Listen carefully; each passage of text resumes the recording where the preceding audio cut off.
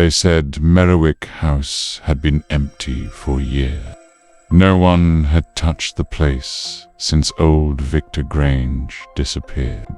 But when the power came back on at 3:17 a.m. last Friday, the neighbors saw a single light burning in the top window. By morning, the caretaker was dead. His name was Ellis Crane. Quiet man.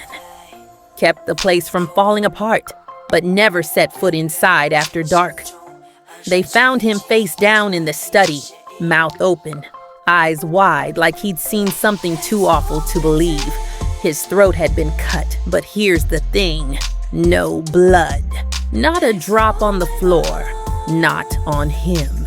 Nothing. Sheriff Dana Holt was first on the scene. She didn't spook easy. Old houses make noise, she said, running her hand along the dusty banister. But murder doesn't just happen by itself. The suspects were a tight list, 5 people, all with reason to be at Marrowick that night. Evelyn Grange, Victor's estranged daughter. She swore she never wanted the house, but she was in town and had been spotted near the property just hours before Ellis was found. Martin Lyle, the antiques dealer. Rumors said Victor had hidden something valuable inside the house. Martin had been sniffing around for weeks. Clara Crane, Ellis's niece. She stood to inherit a small fortune from her uncle. Too neat a coincidence. Reverend Paul Hemsley, who claimed the house was cursed and wanted it torn down. But fear can hide a lot of things. Dr. Mara Voss, a historian obsessed with the Grange family. She knew more about the house's layout than anyone alive.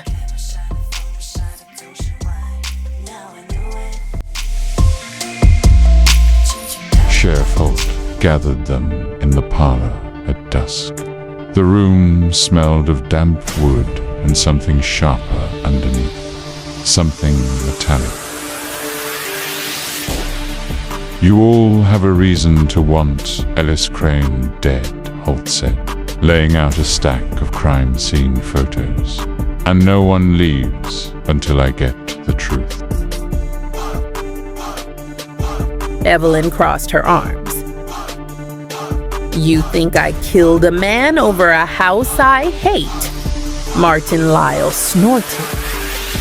Maybe you didn't, but somebody did. Clara's eyes were red, but Holt noticed her hands were steady.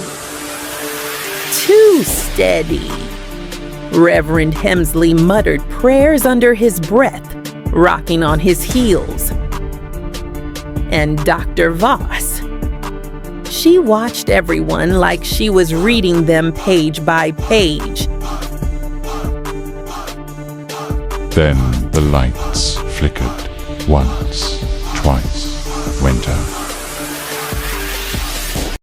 When they came back on, the sheriff's revolver was gone from the table, and Martin Lyle slumped in his chair, pale as wax, a clean hole between his ribs.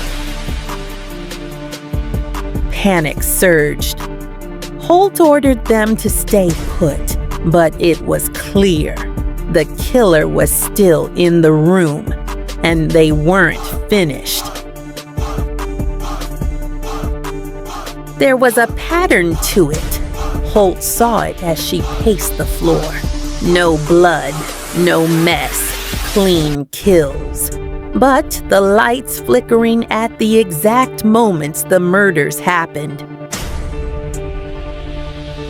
Then she remembered something from Victor Grange's will. What is taken in darkness will return to darkness. The murderer wasn't working alone. The house itself was helping.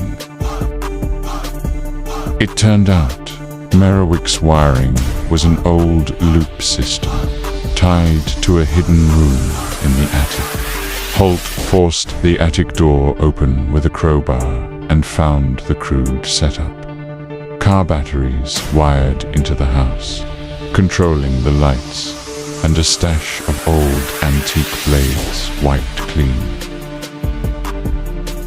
Bend behind the wires, Dr. Mara Voss, hands black with grease and dust, holding Holt's missing revolver.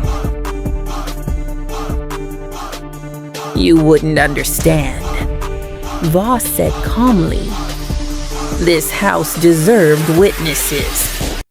Ellis tried to keep it quiet, but you can't bury history. Voss had orchestrated the whole thing, using the blackout to mask her kills, framing the house as the monster, while she moved in the dark.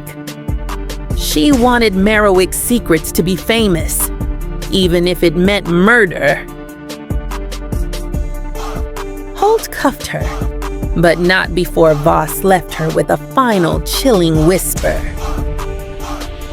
The house isn't done.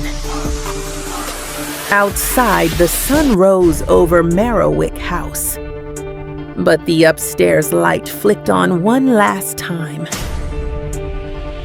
No one was inside.